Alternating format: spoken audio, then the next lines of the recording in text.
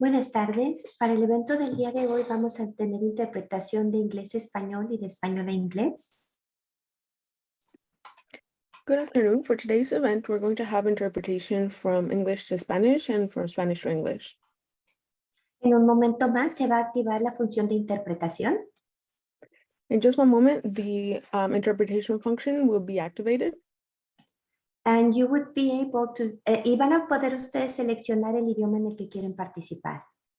And you'll be able to select the language in which you want to participate. En la parte baja de su pantalla van a ver un mensaje relacionado con la interpretación. Van a seleccionar el idioma en el que quieren hablar y comunicarse y van a estar listos. In the lower portion of your screen, you will see a message related to the interpretation. You'll choose the language you want to use and then you'll be ready. Si nos acompaña desde un celular o una tablet, va a haber 3 puntos blancos, 3 puntitos en la parte baja derecha de su pantalla. If you're joining us via smartphone or tablet, you'll see 3 dots at the bottom of your screen. Va a darle clic ahí, va a aparecer un mensaje de interpretación de idiomas. Selecciona el idioma en el que quiere participar y asegúrese de darle listo y estaremos preparados para empezar.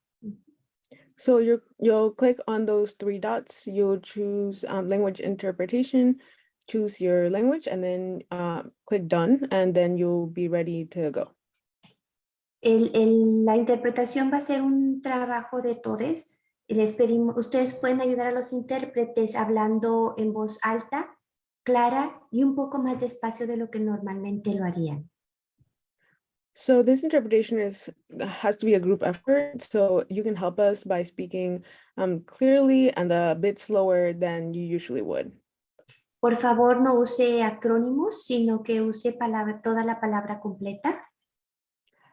Please try to avoid using acronyms, rather use the whole word. Y les pedimos que hablen inglés en el canal de inglés y español en el canal de español. And then we ask that you speak English in the English channel or Spanish in the Spanish channel. Si usted es bilingüe y va a cambiar de un idioma a otro, le pedimos también que cambie su selección de canal de lenguaje. And if you are bilingual and you are switching from one language to another, we also ask that you change your audio language as well. Y que hablen una persona a la vez para que no tengamos que decidir a quién vamos a interpretar, por favor. And then also that you speak just one person at a time, so we don't have to decide who we're going to interpret. Y por último, no sufran en silencio. Si están teniendo algún problema con la interpretación, por favor, comuníquense directamente con nosotros en el chat para poderles asistir. Lastly, don't suffer in silence. If you are having any issues with the interpretation, please let us know on the chat and we'll be able to assist you. Y con eso le regresamos la palabra a Susana. And with that, we'll give back the floor to Susana. Thank you, Lilia. Thank you, Maria. And thank you to all of us. Bienvenidos. Good evening. Buenos tardes. Thank you all so much for joining us for this long-awaited and much anticipated celebration for the forthcoming publication, Juan Francisco Elso, Ensayos sobre América, also a bilingual publication, Essays on America. This long-awaited book, which is co-published by El Museo and Name Publications, is part of a larger multi-pronged project that's led by invited guest curator Olga Viso, who will be our moderator this evening. It grows and it expands from the current exhibition, Juan Francisco Elso, por América, which is on view for just 2 more weeks here in New York at El Museo del Barrio, before the show will travel to Phoenix Art Museum later this spring, and in the fall to the Museum of Contemporary Art, North Miami. So we hope to see you at one or maybe even all of the venues. As an introduction to tonight's events, and as you saw from the previous screen, I'd like to just share a few installation images from the show to help contextualize the book's methodological and editorial approach, which we'll hear much more about from the speakers.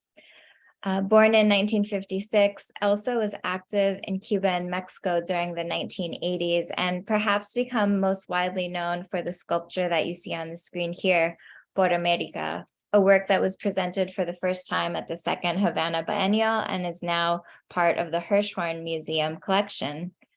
When you visit us at El Museo, you'll have the quite exciting and historical opportunity to not only see Por América, but also to see a number of Elso's other canonical works, including the Transferencia de Dios, a 3-part installation, La Ceiba y La Palma, 2 newly rediscovered works on view for the first time since 1983, as well as numerous other individual pieces by Elso.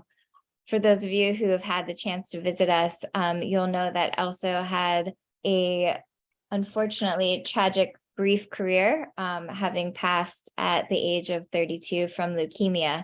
And as you saw from some of the previous images, many of his works that have survived to us are really created from very fragile earthen, oftentimes ephemeral materials. So all in all, there are only about 30 works on paper and sculptural materials to see.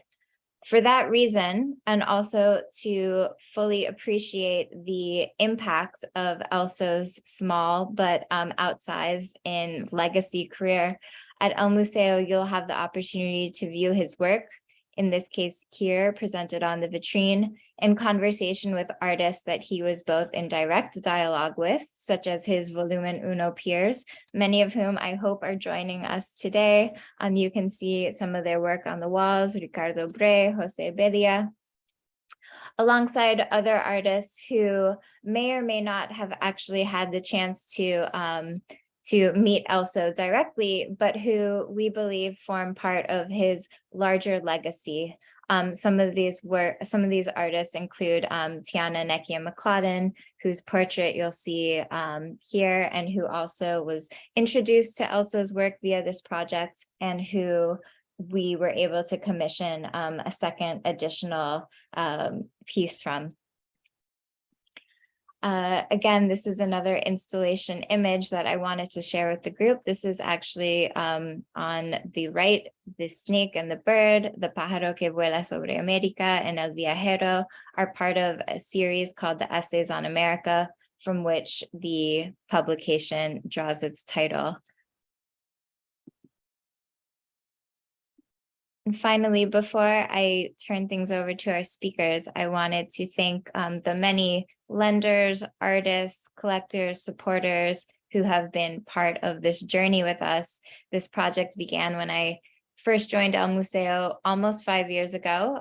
So we're really thrilled to be here today, having now realized the exhibition and being on the precipice of publishing this really important catalog, which will be a major step forward in not only Elso studies, but I believe Caribbean, Latin American, and American studies writ large.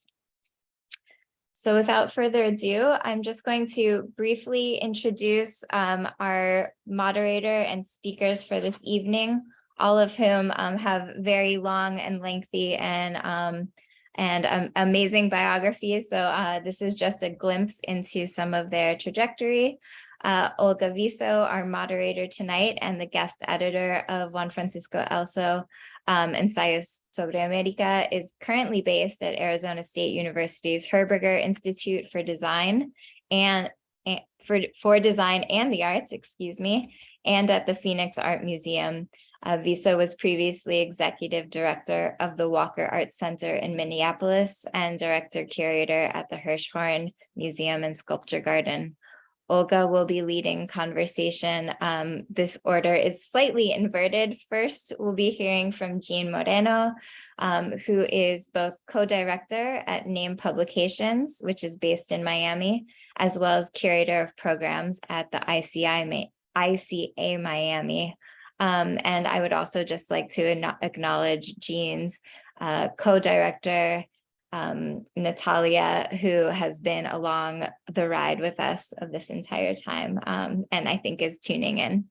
After Gean, we'll hear from Dr. Erica Moiah James, an art historian, curator, and assistant professor at the University of Miami, whose research centers on modern and contemporary art of the Caribbean, African, and African American diasporas. She received an Andy Warhol Foundation Arts Writers Grants towards the text that she was produced for this show, and recently curated the exhibition of D.J. Williams on view at the Museum of Contemporary Art, North Miami. Finally, we'll hear from Javier Téllez, a New York-based artist born in Venezuela, whose work reflects a sustained interest in bringing peripheral communities and invisible situations to the fore of contemporary art by addressing institutional dynamics, disabilities, and mental illness as marginalizing conditions. And I'd also like to acknowledge that Javier is the curator at the currently on view show at Américas Society here in New York on Bispo do Rosario. So with that, Olga, I'd love to bring you to the stage and excited to hear more about this project. Fantastic. Thank you so much, Susanna, and welcome everyone who's joined us this afternoon and to the speakers who are with us. I think, Susanna, you did a wonderful overview of the exhibition and really the scope of the project, and hit on many of the ambitions that we had in both conceptualizing the exhibition and the monograph, where we're excited to be able to bring to the world very soon. But chief among those ambitions was really to bring greater visibility to the artistic practice of Juan Francisco Elso, particularly in the US and in North America, and to expand the scholarship, the depth of critical thinking around his practice, and to take the work really beyond the Cuban context in which it's known. And lastly, really acknowledging the prescience and relevance of his work to contemporary art today with its decolonial lens and perspectives. He was, I think, way ahead of his time. So these were guiding principles for us in thinking about how the book would conceptualize and really be a companion to the exhibition. So as Susanna noted, this is the first fully bilingual English-Spanish monograph on the artist, comprehensive, 416 pages. So we're really proud of being able to, I think, put together what is in many ways a comprehensive reader with a variety of different voices. The book has a contextual approach, just like the exhibition does.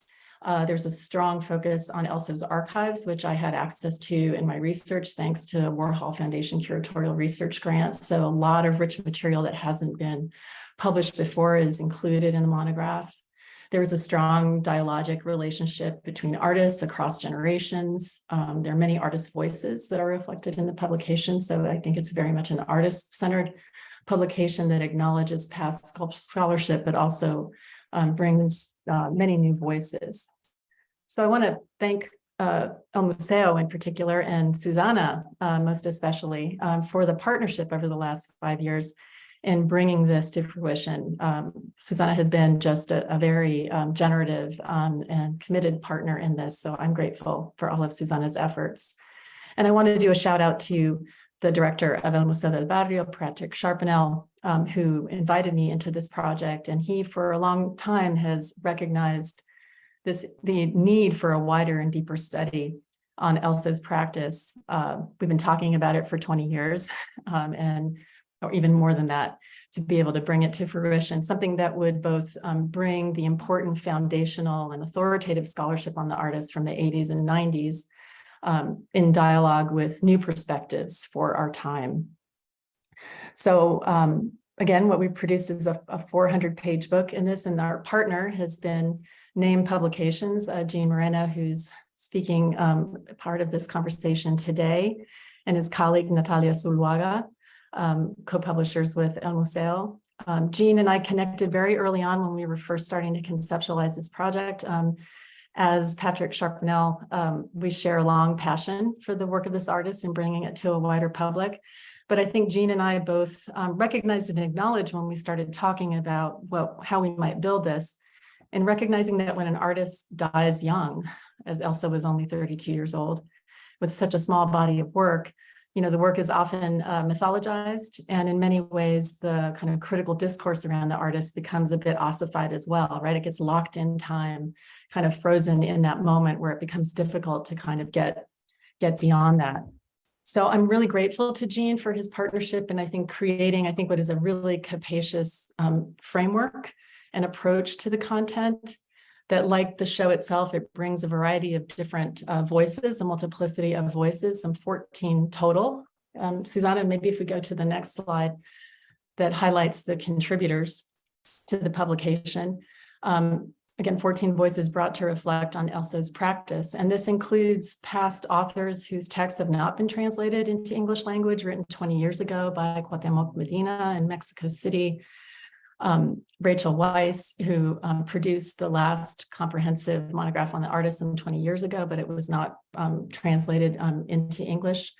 Orlando Hernandez, a Cuban scholar, again, being able to bring these important texts to be available in English, but also to bring new voices like Gean, like Erica Moiah James, and like Javier, along with other artists, Coco Fusco, Jimmy Durham, Graciela Iturbide, Magali Lara, Gerardo Suter, who all provide, I think, very personal takes on the artist and his legacy from different vantage points generationally, artistically, geographically. I think Gean's contribution to the publication, I think, is particularly noteworthy in this regard in terms of bringing new voices and new perspectives. I think it offers a very important look at the historical moment in which Elso's art emerged in the mid-1980s, a period which he so clearly and comprehensively contextualizes as a period of atrophied socialism and the rectification of the revolution in the face of the forthcoming collapse of the Soviet Union and its impact on a whole generation and a whole generation of artists, which led, as he argues, to a period of increased radicalization of Cuba's artists, with Elso in the vanguard. And I think Gean just covers just important territory that hasn't been covered in the context of Cuban art, and particularly in Elso's generation, that I think is such an important contribution. In the same way that Erica, I think, provides a truly foundational and expansive text that I think will have reverberations well beyond just thinking about Elso's work. And she brings in, again, a variety of different thinkers, Latin American and Caribbean thinkers, such as Sylvia Wynter, Wilson Harris, Aníbal Quijano, Walter Mignolo, Edward Glissant, thinkers from Jamaica, Guyana, Peru, Argentina, Martinique, all to think about as a framework to think about Elso's work that seeks to get, as how she notes, to get outside of the colonial limits of the idea of Latin America and post-revolutionary Cuban identity. So I think she, like Gean, like we try to argue in different ways throughout the publication that Elso's practice was a decolonial project that was intent, as Erica so aptly says, on transforming the way that hemispheric Americans not only saw the world, but exist and move in the world.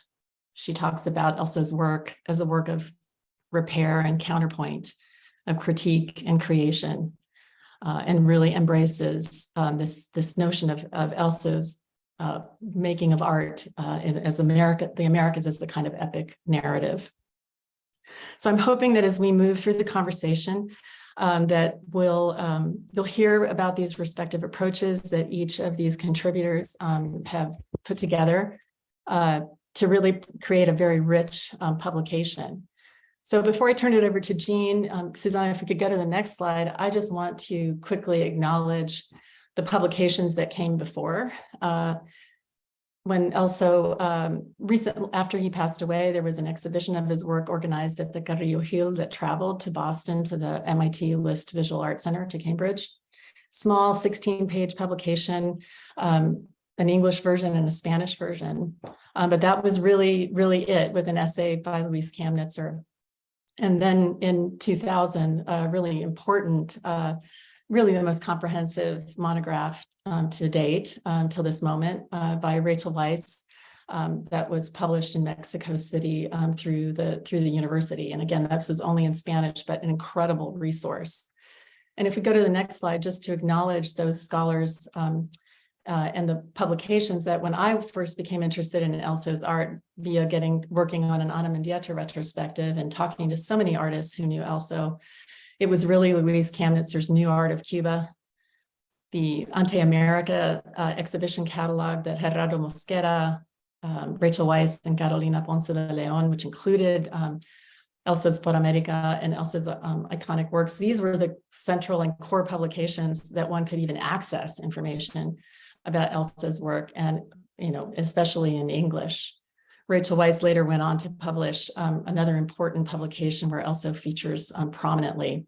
So I just want to give credit there to these important voices that set the foundation. If we go to the next slide, to Gerardo Mosquera, Cuban curator and art critic who actually wrote the first review of Elso's work in the late 1970s and was a very important early champion and authored every major essay in Elso's lifetime and beyond, as well as Luis Kamnitzer, who again provided really critical discourse around the work in the 1980s and early 90s, and Rachel Weisz, who really brought the scholarship to a new level and brought the next set of voices. If we go to the next slide, of Cuauhtemoc Medina, Orlando Hernandez, and that very important publication. And so we're excited to be able to bring those perspectives that are foundational into the publication along with new voices. So I'm going to turn it over to Gean now, who's going to walk you and give you a glimpse first into some of the layouts and designs of the publication and talk about his specific contribution. So Gean, please join us.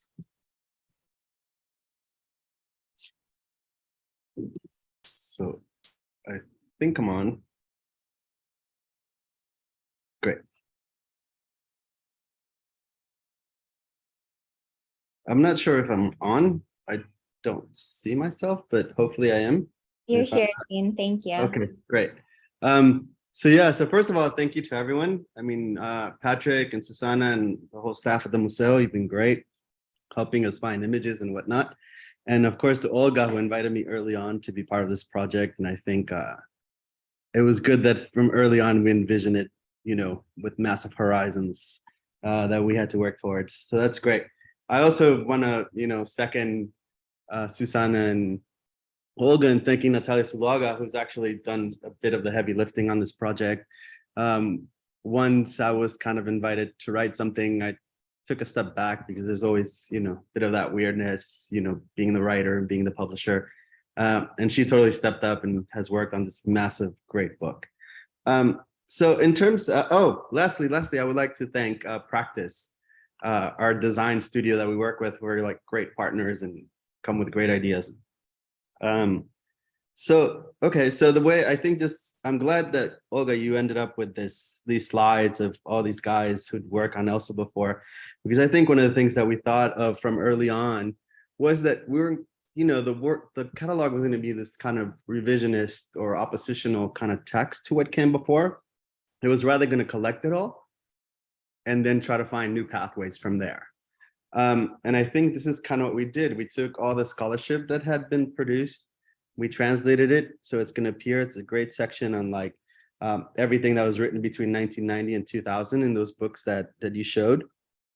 And then, so that was one aspect. The other is this kind of archival deep dive that you did, Olga, with, a massive chronology. This is like a very, very complete chronology.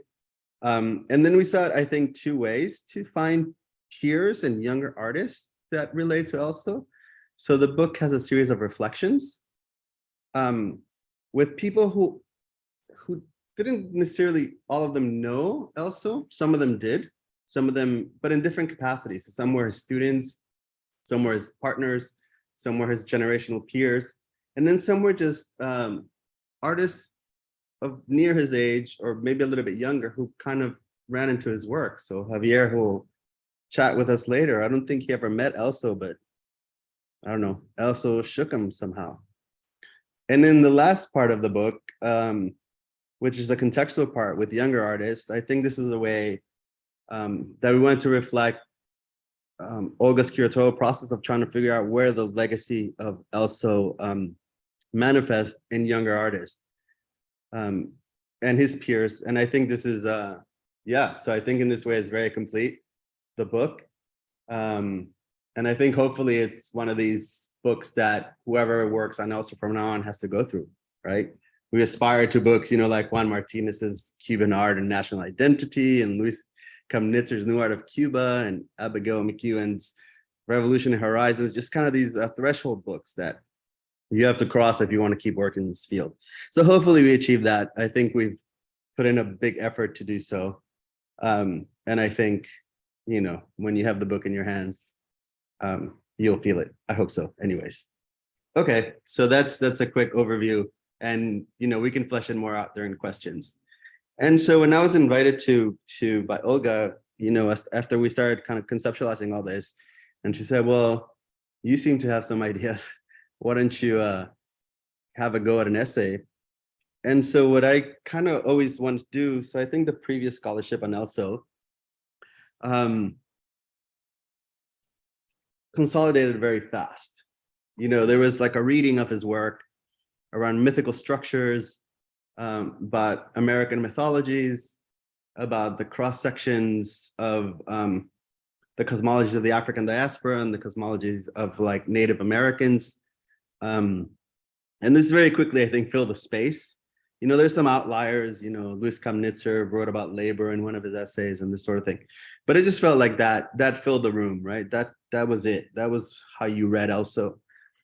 And one of the things that seemed curious to me is that no one kind of was reading him in relation to the very specific social political moment in which he was working. And maybe that's because everyone was in that moment. And so maybe it was difficult to take a step back and look at it. But now 20 years on, 30 years on, 40 years on, we actually have that historical distance.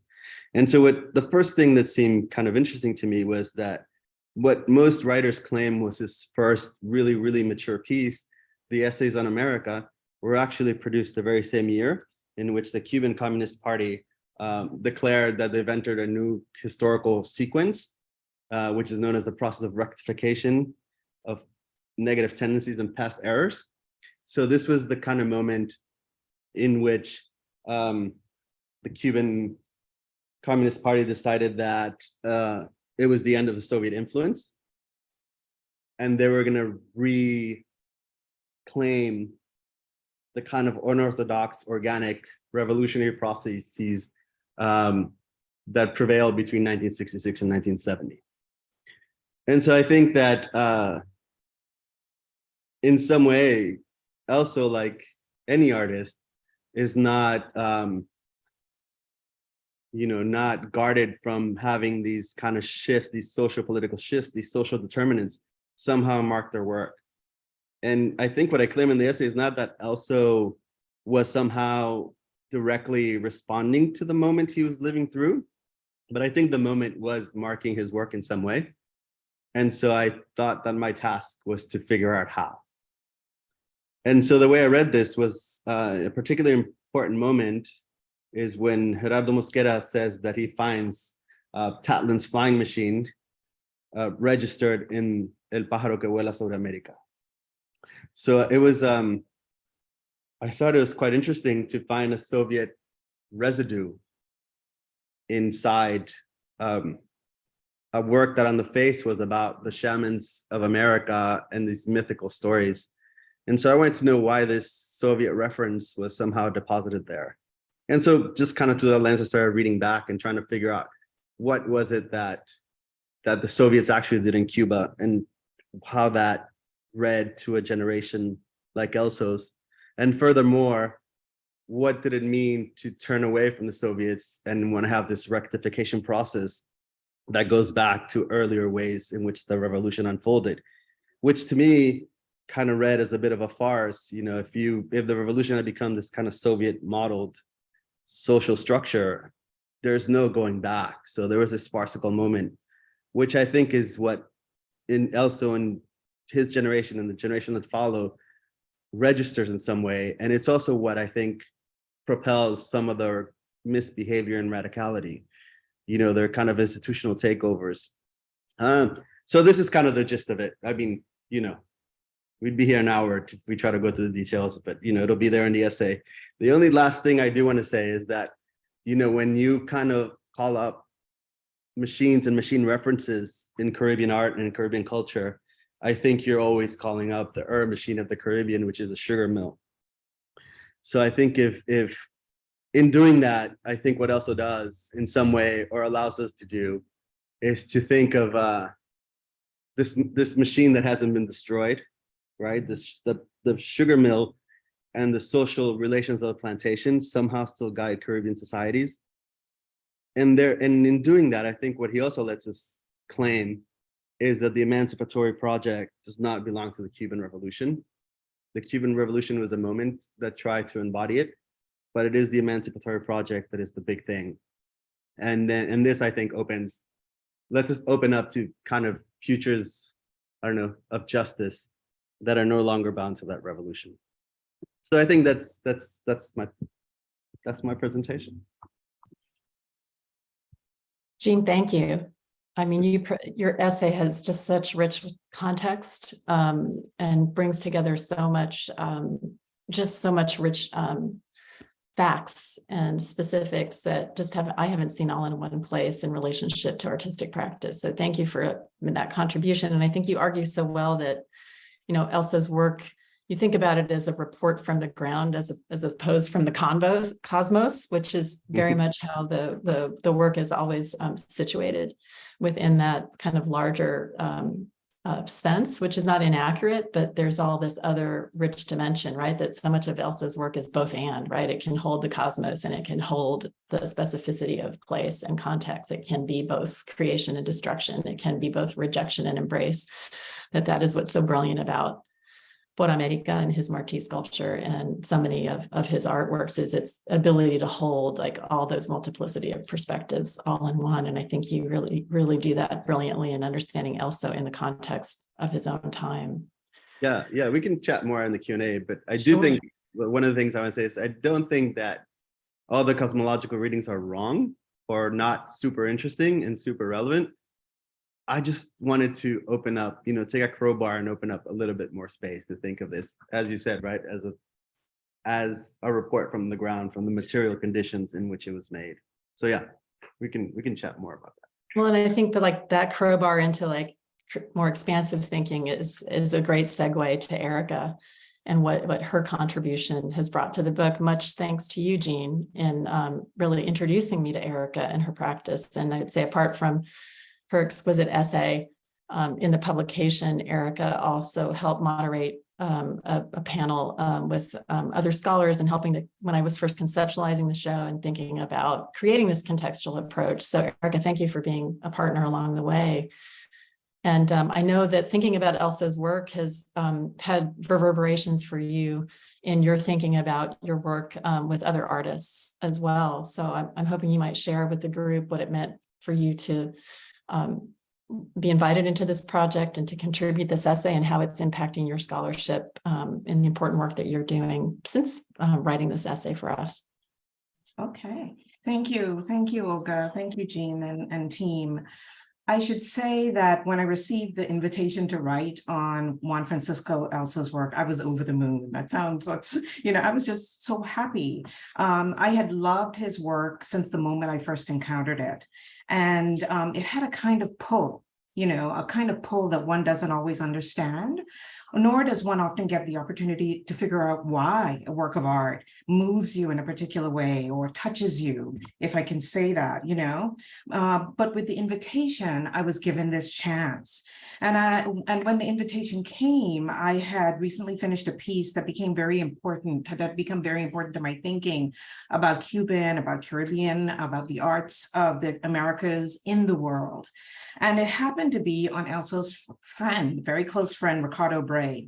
And while they were very different artists, I sensed synergies between them that would inform my engagement of Elso, not determine it, but inform. And one of the most important aspects of this was that I needed to trust the work and allow it to unfold for me, rather than go into it with some sort of preconceived idea or a sense of what I wanted it to say. I had to, in a sense, let art be art, let it do what art does. And I dove into writing the essay by doing what everyone does, right? I read everything I could in English and in my half Spanish on his work. I also utilized the resources of the Cuban Heritage Collection here at UM. At the time, Elso's notebooks from Rachel Weiss's collection, newly acquired collection, had been digitized, and Martin Sang was gracious enough to share them all with me. Olga, of course, had produced a new, really finely researched and extremely comprehensive timeline, and she shared it with me. Ricardo Bray sat and answered all these questions. I think I sent him like 25 questions, and he sat down and video recorded his answers for me. I also, with the help of Gean Moreno, got to see as much of the works that were in Miami. There aren't many, but I was able to see them up close and personal. And that was very important to me, to be in the room with the works, to actually look at them very closely, to really note the details, the materials, everything, the ways that he put them together, the ways that they could be put together in different ways, and particularly the image that's on the screen, the strength of the warrior. Elso was also a reader, I found, and I started to read some of the authors that he read, just to sort of get in his thinking space. And a piece by Jose Lima, in association with an interview I read by Sylvia Wynter, the Jamaican writer who many forget had been born in Cuba, resonated really powerfully for me, especially in terms of Elso's art and the ethos of what I thought or began to think was at the core of this work. This work, or my writing, was also taking shape within my overall research practice and my personal concerns around art history, notions of methodology, field, discipline, etc. So I was drawn to the ways in which Lima and Elso both had utter faith and confidence in their work as Cuban writers and artists in the Americas, and in the material and form of this work. Wynter unquestionably also really understood the work of art, and I mean the work of art, in the process of decolonialism. But if we can think of decolonialism as a kind of removal of the fog from a mirror that enables us to see ourselves as we truly are, I would say that they were all engaged in this process. And the clarity and the intentionality of their ethos for their art was so powerful that I wanted to spend some time in their thinking, with their thinking space, and I wanted it to guide me into and through Elso's work. And I spent a lot of time, and I should say, I say this while trying very hard to do away with this sort of separation between notions of what we call thinking spaces as separate from the work of art, because I've come to believe that for Elso was everything was continuous, right? There were continuities, and that we should sort of rethink the ways in which we separate material from the immaterial, for instance. So in the midst of this, two concepts became extremely important to me. One was Elso's claim that the Americas was a place of epic art making, right? That it didn't need Europe for artistic legitimacy, that it by itself, in itself, was enough. And it is a position that is echoed both in Lima's writing and Sylvia Wynter's work. And I took notice of those kinds of synergy, this kind of what Jamaicans would say, this nuffness, right? Elso does not deny, of course, the place of Europe in his formation, but he saw it as part of multiple comprehensive points of contact that included Africa, that included Asia, that included indigenous cultures of the Americas. And my question for myself as a result of this work was, how might I formulate a methodology or approach for engaging this work that is informed by his approach to his work, right?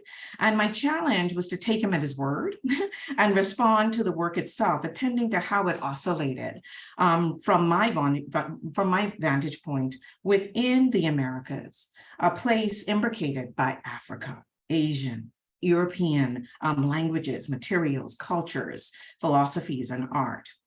A second challenge was a statement that he made in conversation with Gerardo Mosquera, simply stating that he was interested in the light of things, right? And I found this to be a really beautiful phrase and very beautiful in the context of America, because it's a phrase that made space for the metaphysical. the spiritual and the symbolic, for experiences that emerge beyond language, and yet in the Caribbean, in the Americas, become intimately known. We know these things. I knew it was important to see the light and examine the various lenses that enabled this light, this site, I should say. Historically, one associates non-Western religion with a kind of primitivism, and I ignore that approach and premise in the context of the Americas just because I don't have much time to go through. I just think it's wrong, you know? The approach, once again, that I took comes from Elso through Sylvia Wynter. And it's a question that Sylvia Wynter asks, and it's a question that I sought to answer in this essay. How do you deal with a view of yourself, or a view of yourself that you yourself have come to, have been socialized to accept? How do you challenge that? How do you push back against the weight of a colonial definition of yourself, one's faith, one's worldview, one's creative practice, to define, to affirm, and continually recreate yourself, to claim and enact a freedom to create and define critical forms? You know, how does one do this? How do we make art that's, in a sense, decolonial? For me, this required looking at Elso not through identity politics, as commonly understood, but as a human being, as a creative in the world. And to see his engagement with Taino, Native American, Afro-Cuban faith systems as heartfelt, but also informing his critical approach to materiality and meaning. The way he approached the complexity of the Americas seemed to resonate with one of my obsessions. And it's an image that you can go forward, Susanna, called the Pigarini Zemi. Now, this is an object all my Caribbean art history students know, because I believe that it's not only is a 600-year-old example of epic art making that Elso spoke about, but it is also a power object, right? And it's a power object whose objecthood makes it a theoretical form, one that embodies an approach to the arts of the Americas that I find invaluable. I remember seeing it for the first time and being compelled by its power in a very similar way that I felt when I first saw Strength of the Warrior. It has a force field around it. It is an object created in the Caribbean, in Haiti and the Dominican Republic on that island, in the years immediately after Columbus lost his way and ended up on the island. It was taken to Europe. It ended up in the collection of the Medicis and is now in a Roman museum. I've written more extensively about it elsewhere, but for this essay, I wanted to use the Zemi as a guide for engaging Elso, partly because it helps to historicize Elso's approach to the world from a point of view of the Americas. It is an object that embodies a subjective approach to the arts in a rapidly expanding world, right? It is made of Caribbean conch shell, coral beads, etc. It is made of Venetian beads and Venetian glass, cotton produced in the Americas prior to contact, African rhinoceros horn. Everything comes together in this object. Materially, it is the meeting of 4 or 5 continents, right?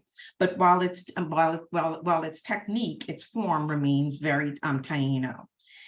Its manner of depiction is, as well as the Janus head formation, it is a Janus headed object, says that it was created within the cultural consciousness of a Native American artist, a Taino artist, that immediately drew the materials of encounter to enunciate a transformed vision of the Americas from his or her perspective. When you look very carefully at this object, you see that not only is it an object made by Native peoples, in my view, it incorporates one of the earliest known representations of a European by a Native American artist within that belief system. It affirms the subjectivity of that Native artist in the Americas. And it's an artist who has taken the tools of encounter and made and produced his or her own vision of devastation and what was to come through that object. And after thinking through this object, I wondered, what if I took a similar approach to his art, thinking of Elso as that Taino artist? What if I view the Zemi as a kind of materialization of these kinds of conscious decisions an artist makes? at various points of contact in their lives to bring in and transform a basic creative or artistic language that emerges in the Americas after 1492. What if I, in an act described by Walter Mignolo as engage in what he describes as epistemic disobedience? What if I don't see the work through Western art history at all, but entirely through the Americas? Elso is an artist of the Americas who takes all that he encounters and finds meaningful, processes it, and reconfigures it all through the work. What if I attend to the kind of ebb and flow of contact through the work and imagine ways in which this epic art of the Americas Elso speaks of can not only be born, but written about as an art historian? How do I then interpret meaning and form in the work and see him aligning philosophically with Jose Lima, with Sylvia Wynter, with Anibal Quijano, with Mignolo, with Glissant, with all of these thinkers who suddenly I realized were all engaged in similar practices. They all have this idea of what it meant to be post-colonial, or what decolonial actions could look like, and that they were in conversation with each other. And, you know, how do I bring that together through this work? I was curious to know, you know, how it could open up my ability to see and experience the work. And my essay in this book, The Light of Things, and a few other essays I've written since have all, in a sense, struggled with this idea. You know, what does this kind of epic art making of the Americas look like? How do we write about it? How do we see it? And that work has continued. I mean, this was the beginning of something that has been really churning, I think, in my mind, in very, I hope, very productive ways. And in process, I think just looking at Elso's work has forced me to, in a sense, see, maybe it has taught me, I should say, it has taught me how to see in very different ways, not from any other vantage point, except from through the work itself and from the perspective of Americas and how that looks in the context of the world in relation to the world. Okay. That's it, Olga. Sorry, just a delay in getting back on the mic. Thank you so much, Erica, for sharing that, and also just sharing your own process too, which I think is embodied in the essay itself, but the process of also kind of rejecting inherited narratives and reinscribing new ones, and sharing how Sylvia Wynter in her own practice did that. So I think you modeled a kind of new, very inspiring and kind of ethical way to think about thinking anew and returning to the artist and the artist's voice and intent. So thank you for giving us some insight into that. I have so many questions, but we're going to save that. And I'm going to invite Javier now. I mean, I think the aura that you talked about, when I remember when you showed me the semi the first time as a comparative, it just blew my mind. But the aura in his work and the aura in the Guerrero, and I know that Javier too, the first time he encountered Elso's Por América, he had a very powerful reaction, which I know he wants to share. So Javier, please join us on screen. Yes, well, first of all, Olga, thank you very much to be part of this beautiful project, and thank you, Gean and Natalia, for making this amazing book. I am dying to have it in my hands. Yes, I feel identified with this idea of the philosophers around the piece of Elso, because that's exactly what I felt 25 years ago when I was part of this exhibition called Asista la Cosa, which was a groundbreaking exhibition that happens in 1997, curated by Kurt Hollander and Robert Littman. And it was basically about a sculpture and installation in Latin America. And then they have, you know, this, I mean, I still remember in this corner of the museum, dominating completely the room where it was, you know, where it was placed for America, you know. It was an absolute epiphany, and it was interesting that I encountered for the first time in that exhibition both the works of Juan Francisco Elso and also Arzobispo de Rosario, which, you know, has been one of the obsessions of my life, you know. I wrote the text on Spanish, which tells a bit about this encounter. I mean, Spanish, of course, being the language of Juan Francisco Elso. And also, I want to read it, so it's, we'll try to do it slowly, so for the translation. Yeah. Recuerdo con nitidez el primer encuentro que tuve en persona con la obra de Juan Francisco Elso. Fue en 1997 en Así está la cosa, una memorable exposición de arte contemporáneo en Latinoamérica que tuvo lugar en Ciudad de México, en el Centro Televisa. Nótese que cuando uso la palabra encuentro, no lo hago con ligereza. Más que una contemplación pasiva del objeto artístico, encuentro define en este caso un choque, el toparse de pronto con algo que muestra ciertas coincidencias, pero también puede ofrecer resistencias o oposición. Eso fue exactamente lo que me ocurrió ante una de las obras de Elso que se exhibían en la muestra, una mezcla de deslumbramiento y temor frente a un objeto extraño e inquietante que se revelaba al mismo tiempo como cercano y ajeno.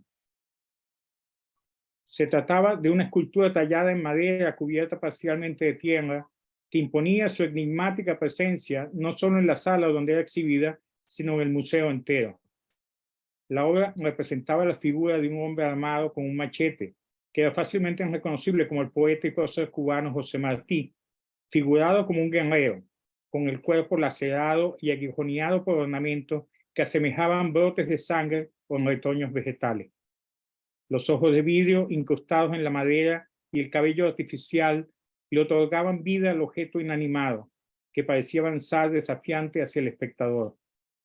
Me estoy refiriendo, obviamente, a la que quizás sea la mejor pieza de Juan Francisco Elso y una de las obras esenciales del arte contemporáneo en este continente, la escultura titulada Por América, que el artista cubano realizó en 1988. Pocas piezas de arte contemporáneo revelan la presencia de lo espiritual en la materia, como lo hace la escultura Por América de Juan Francisco Elso. Por América no se inscribe en un sistema de representación religiosa establecido, de allí la multiplicidad de referencias simbólicas que hacen aún más compleja su interpretación. El martirio Por América, vestido con tierra que germina sobre sí mismo, propone una definición de lo sagrado mediante una síntesis barroca de las tres tradiciones culturales más relevantes en Latinoamérica, lo amerindio, lo europeo y lo afroamericano, que se encarnan en la figura del poeta y prócer cubano José Martí, pero también evocan la mitología de los rituales de fertilidad que James G. Fraser analiza en La Rama Dorada, en especial en los capítulos dedicados a Adonis, Atis y Osiris. Fraser muestra en su libro cómo diferentes religiones han representado simbólicamente los ciclos agrícolas y vitales, al crear mitos donde reyes y deidades mueren y resucitan encarnando los procesos naturales de regeneración periódica. Osiris, el dios y rey del antiguo Egipto, era para Fraser un ejemplo típico del funcionamiento de estos mitos. Con la muerte y la resurrección de su gran dios, los egipcios representaban no solamente la subsistencia en esta vida mediante la prosperidad agrícola, sino también la esperanza en una vida eterna más allá de la muerte. De igual manera, eso otorga una dimensión mítica a José Martí, al representar simbólicamente su resurrección como un devenir vegetal. ¿Podemos ver la imagen siguiente, Susana? Su Martí nos trae a la mente un bajo relieve que representa la resurrección de Osiris en el gran templo de Isis en Filé, que Fraser describe en La Rama Dorada. Aquí vemos el cadáver de Osiris, del cual brotan tallos de cereal, mientras un sacerdote riega los tallos con un rango que tiene en la mano. La inscripción correspondiente nos declara que esta es la forma de aquel que no puede ser nombrado, Osiris, el de los misterios, que brota de las aguas que retornan. Fin de la cita. Como Osiris, el mártir de Elso es un mártir que resucita para germinar.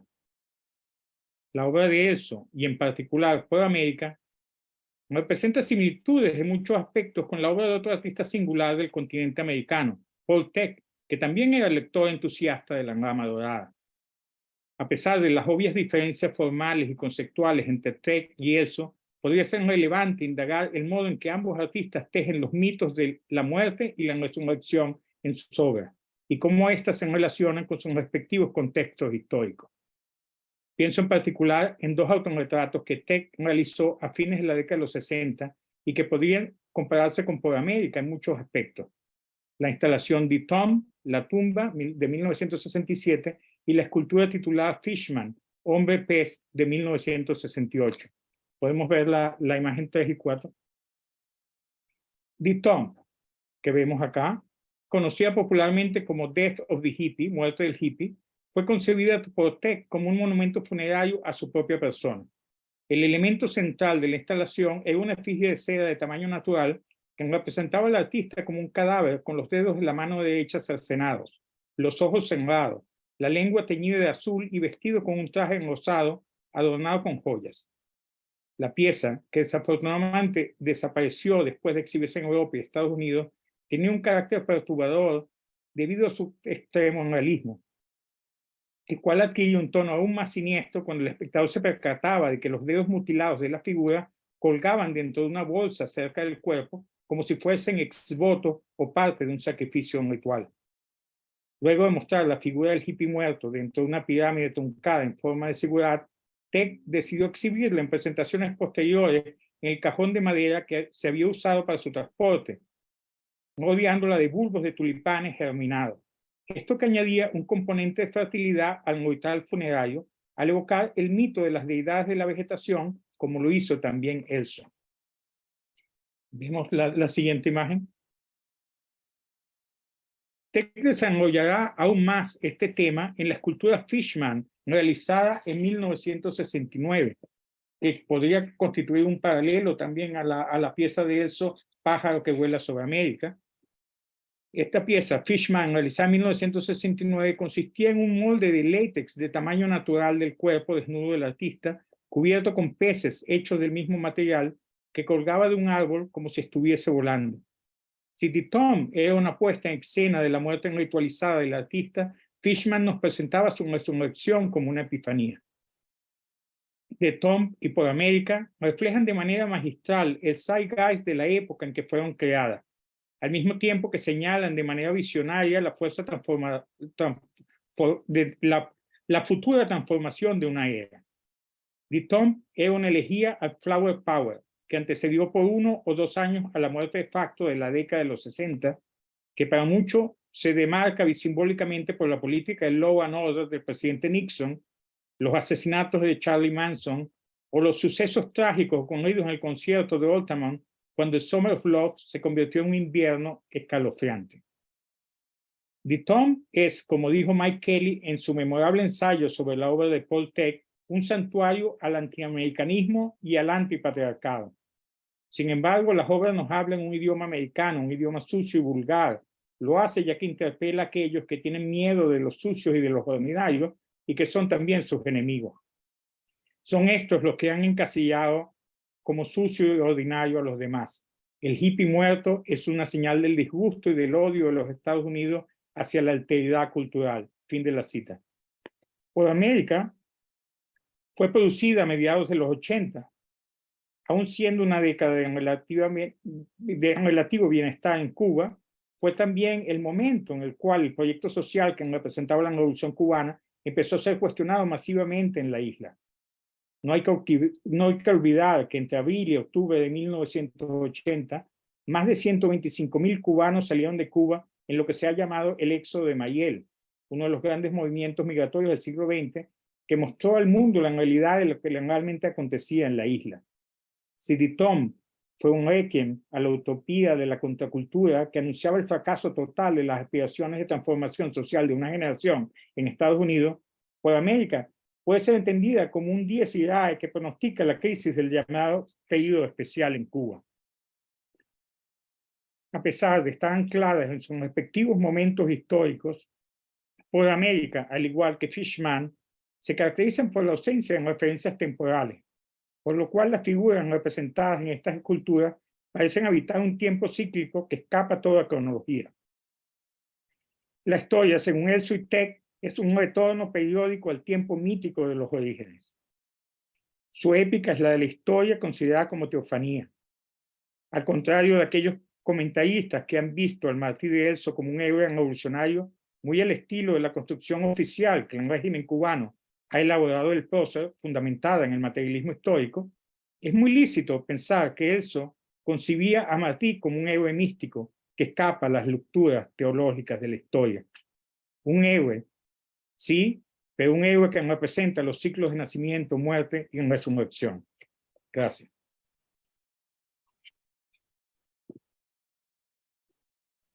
Javier, thank you. I remember the first time that you told me that you were going to make this comparison between Paul Thek and Juan Elso, which just blew my mind in the same way that seeing the semi when Erica made that connection. This is like a whole new exhibition that could be made in talking about those correspondences, and just a fascinating and interesting aside. There are two Paul Thek fishmen, and one is in the collection of the Hirshhorn Museum and Sculpture Garden, where Elso's Marti sculpture resides. Both incredibly fragile works with incredible conservation issues, and that these two pieces have found themselves in the same space is just a kind of an amazing situation to even ponder and think about.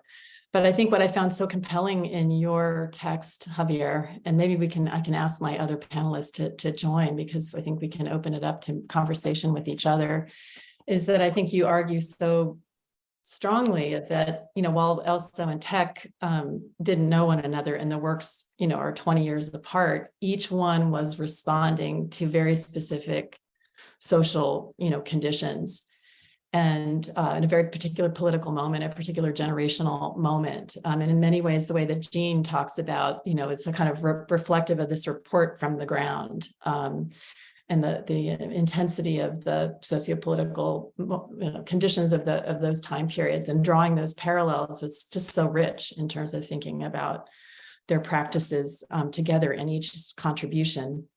And Erica, it made me also, think too, that you acknowledge that, the thinkers that are so critical to this particular moment, whether it's, Sylvia Wynter or Edward Glissant, who was very important in my thinking about creating this relational dynamic among artists and structuring it as a contextual show. Elso never got to read Glissant's Poetics, of Relation, didn't get to read these authors, but you argue, and I argue as well, they grew up in that same sort of moment and ethos in the Caribbean, and would have been a contemporary thinker. So I'm going to go actually to one of the questions that's in the chat, because I think it's very related to this question, right, of thinking in a very post-colonial and decolonial way. So this is a question from Jonathan Sanchez Noah. In what ways does Elso's work speak to decolonization within today's cultural landscape, thinking about institutional and educational applications? Do any of you want to take that on? Gean, would you come on screen and join us? I mean, sounds like a question for Erica.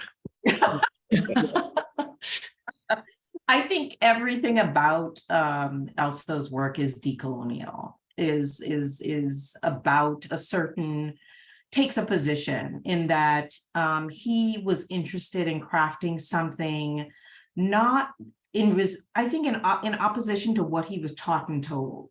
I think it's very, the work itself, if you teach the way he is, what he's reading, the way he's approaching the work, if you teach materiality, the context, all of these things that I think each of us draw on in our work, the fact that these are not works that are one-liners, that they speak in multiple languages to multiple different conditions, they in a sense can shapeshift through time, and they live in a particular way.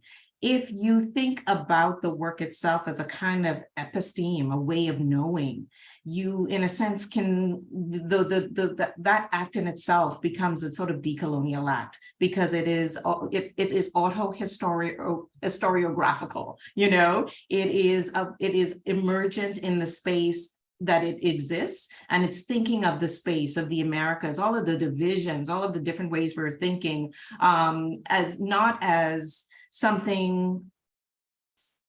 It centers it and makes a claim for its richness, and that alone is a decolonial act in many ways. Any other reflections from our panelists on this question? Well, I mean, I don't delve into this in my essay, but before the essay that ended up being in the book, I started another essay. Glad I teased it out of you. As you often do, you That's start all reading yourself. and it goes up. But I think something like La Fuerza del Guerrero, I mean, it certainly, I think, could be a bit of a pedagogical object where it kind of is an object that maybe collects different cosmologies or can help you start a lesson, right? Like thinking of a teaching context to delve in these other cosmologies. So I think that object in particular is quite interesting in that, to me, it collects, it marries in some ways the Congo kind of statue artifact and this kind of processual metaphysics, right, of Aztec and Aztec derived cosmologies and metaphysics, right? This idea that there's no kind of grounded identity, it's just a process of continual evolution, right? And this, you get like a snake bird and these things. So the object itself is itself, right, a bit of the Christian saint effigy, a bit of the Congo effigy, a bit of this kind of natural kind of metaphysics of things kind of in constant process. So I think in that way, it's certainly, I mean, I don't know if this responds to how it's decolonial, but I certainly think that it's an object that can invite ways to think of multiple like epistemological and cosmological spaces in a way that maybe a Donald Judd doesn't know how you do that. So something in there, I think I would want to say is a good. It's a good. I wonder if one should read this multiplicity that you're talking about from the point of view of Lezama Lima, you know, like the influence of Lezama Lima and his understanding of punk rock, you know. I mean, how actually you could actually integrate what Sardu does later, you know, in a more psychoanalytical way, you know, how to actually integrate different cultural aspects within the Caribbean, you know. Yeah, for me, Lima was extremely important. I think the phrase, I wanted to end with this great quote by him, but when he talks about it, you know, if we speak as criticism as creation, not production, then poetry or art adheres to the theory of knowledge. And if we sort of think through that, of how to do that, how to, in a sense, take, you know, do what Lima is asking us to do and think, it asks for a great deal of introspection, but also value. You know, it says to value where you are, what you, you know, what made you, and to think of yourself as recognize yourself as a sort of complex being. And the Americas is a kind of complex space that incorporates all of these things, not in a hierarchical way, you know, or in a sort of binary way, but in a sense to understand the Americas for the complexity and it's the fact that it changes, you know, that it's sort of a living space and always has been, because it has these has had to, in a sense, absorb, appropriate, and you know, and transform all of these different influences in its understanding of itself. And I think you're right, Jean. If you go to an object like Guerrero, you begin to see all of these different aspects. It almost shifts in real time. If you, depending on what you want to see, you can see Congo elements, but you can also see Native American elements. I mean, there's a reason, you know, all of the pennants take on the name all of these incredibly warrior figures that were, in a sense, fought in various ways, fought anti-colonial fights. I mean, there are reasons for all of this. And I think the work itself really points us to that. They are pedagogical, you know, in terms of our study of them. Well, I might add to that to answer, I think, the second part of the question. I mean, you all have addressed how the work itself does that. But in terms of thinking about the design of the exhibition, I think that what I tried to do and what Susanna and I tried to do in shaping the exhibition was to be able to highlight all those multiplicity of perspectives that there was so much to know, and particularly for US audience to know about Elso, about Cuban art, about Caribbean art, about the Americas more broadly. And to not do that in a didactic way, but to do that through these dialogic relationships between artists across generations from the Americas, and each connection inflects a different aspect, whether it's kind of the consequences of slavery in the Caribbean, centering Blackness, and the Afro-diasporic, origins and content that is so rich in Elso's work. Those juxtapositions allow those different themes and narratives to be highlighted, so that the work is always like, it starts with the Por América, is the central figure that's doing that in a very specific way, but then radiates out as from the Guerrero as you move through the exhibition.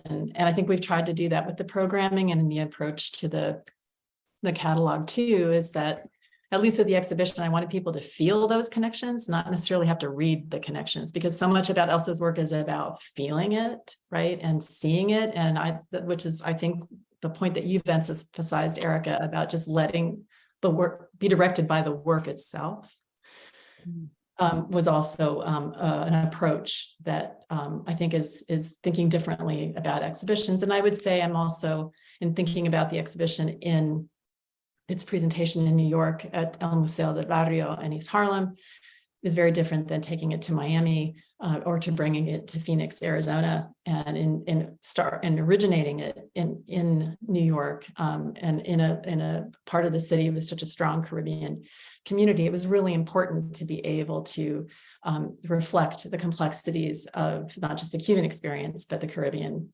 experience and the Americas more broadly. Do we have any other questions from the audience? I'm not seeing anything else in the chat, but encourage people to ask questions now. We still have about 15 minutes. But do the panelists have questions for each other? I actually have a question, and maybe it can help generate more, but I'm lucky enough, I'm sort of privy to some of these conversations, but I wanted both Olga and Gean to maybe nuance a little bit more of what you were just saying, Olga, which is the expansiveness of the project, and talk about, I think that's reflected, the book is not an exhibition catalog, it's something more. I think as we walked through the process, there were a lot of discoveries. We found new texts, we found new connections.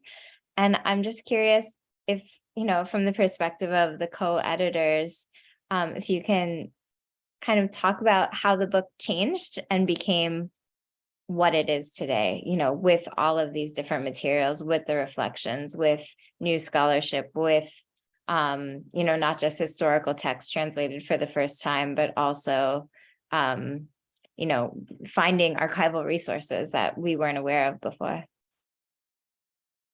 Yeah, I mean, I think when you try to do something as a kind of foundational, comprehensive thing, I know with the chronology, which was an all-consuming part of probably the heaviest lift and the hardest part of the research, but so important because it entailed going to archives in Cuba, Mexico, and the US. His archive was, bifurcated across borders, and being able to unite those things.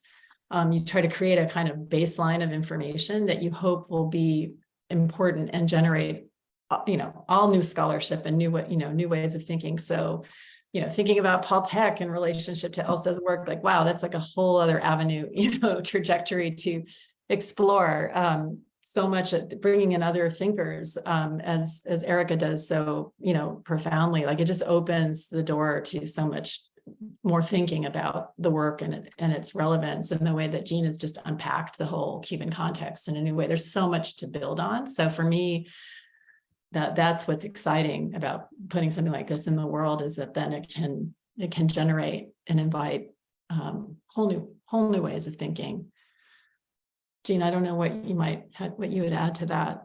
Yeah, no, I think it's always not victories, right? I think there was a moment when we first heard that there was 5 extant notebooks that Elso left, and we're like, we have to right. all. But when we saw the notebooks, they just didn't have any.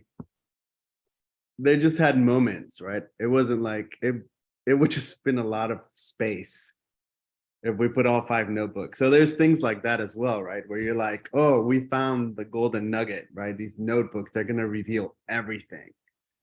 And once we got to the notebooks, they were not, they had nice moments, but they were not, the treasure chest that we thought they were going to be, that we thought could organize and pace the book. And so there's that too, right? There's kind of that, but then you learn something about Elso. You learn that between maybe where he started sketching out the ideas and the final product, there was a huge distance that he had to traverse and figure out how to weave all these ideas and all these references together. It didn't come to him as it comes to some artists, right? In a flash, right? So between the notebook and what you get, you want what you get, not the, the rarefied notebook. It just didn't make. So it's things like that. I think it's quite invigorating in the process, right? Because it's like a living thing that you're working through and you're trying to figure out and how to represent and what's new here and how is this going to elucidate the rest. So I think it's quite, I don't know. I enjoy archive diving quite a bit.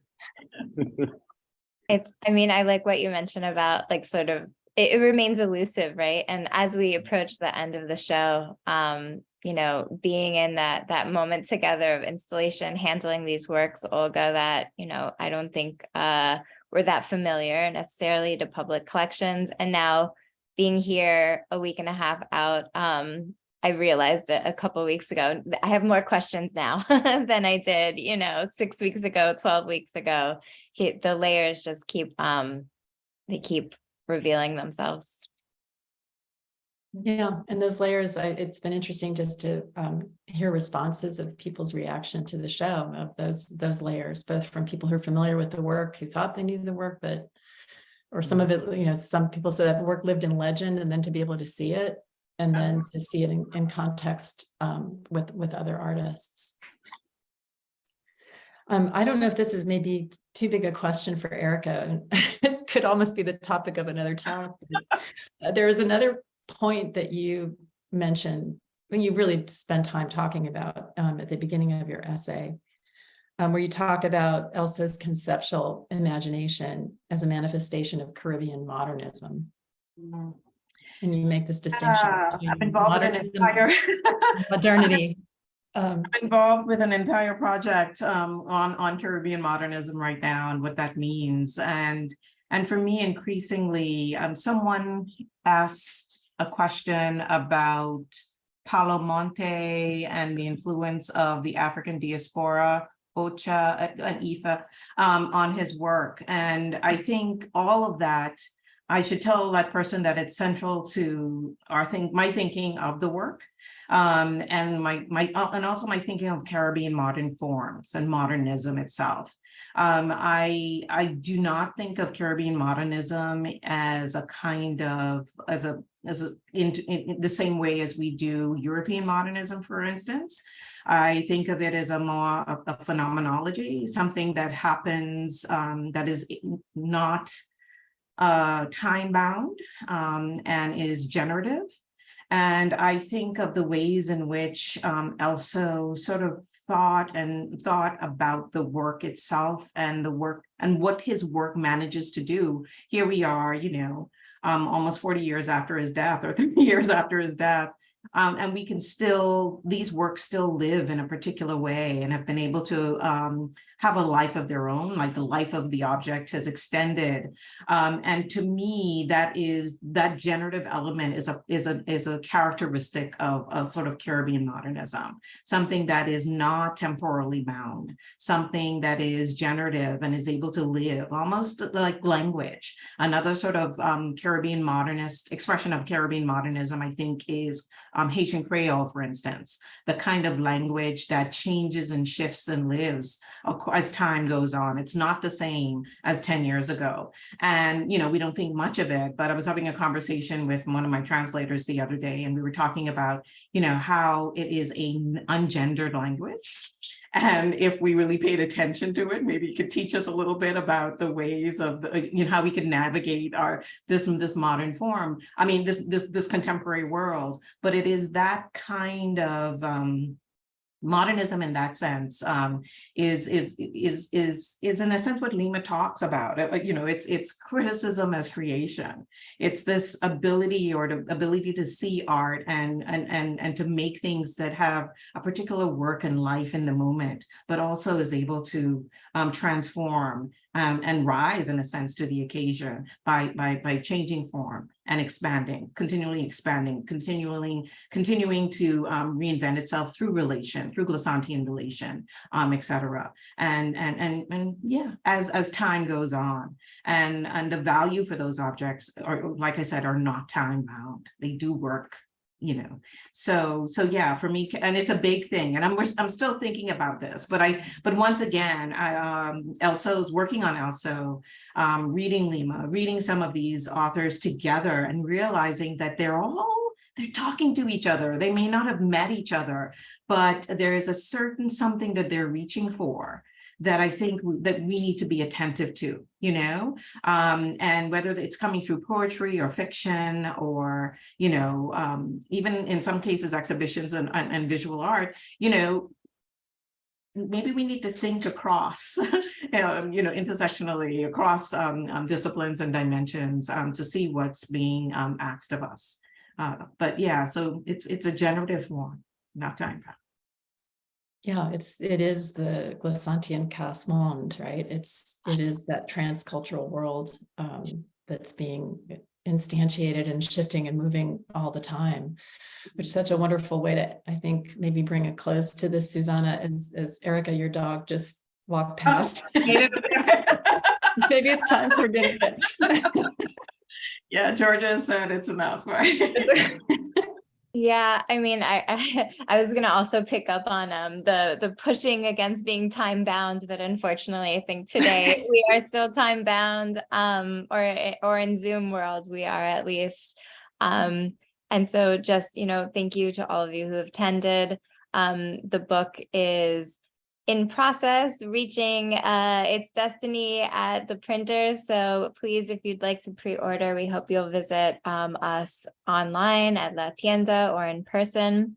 And also, again, speaking of the boundedness of time, there are, let's see, I believe 7 more days, Friday, Saturday, Sunday. Yeah, 7 more days to catch the show at El Museo. Otherwise, we'll see you hopefully at Phoenix or in Miami as the show travels on. So, I mean, thank you, Gean, Javier, Erica, Olga, always. Thanks to my colleagues at El Museo del Barrio, and for all of you for attending. Thank you so much, Susanna. Thank you to the speakers. Thanks for everyone's interest. Come see the show and buy the book. Have a good evening, everyone. Thank you. All right. Yeah.